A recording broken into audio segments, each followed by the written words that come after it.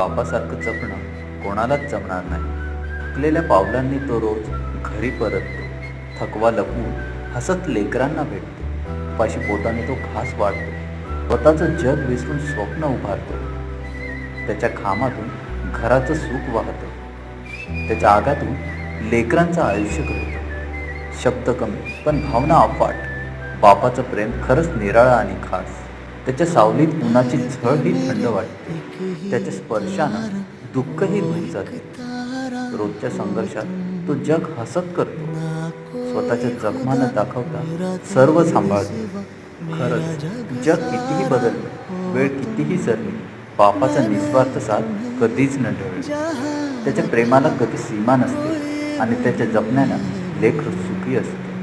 म्हणूनच म्हणावंसं वाटतं, बापासारखं जपणं कोणालाच जमणार नाही.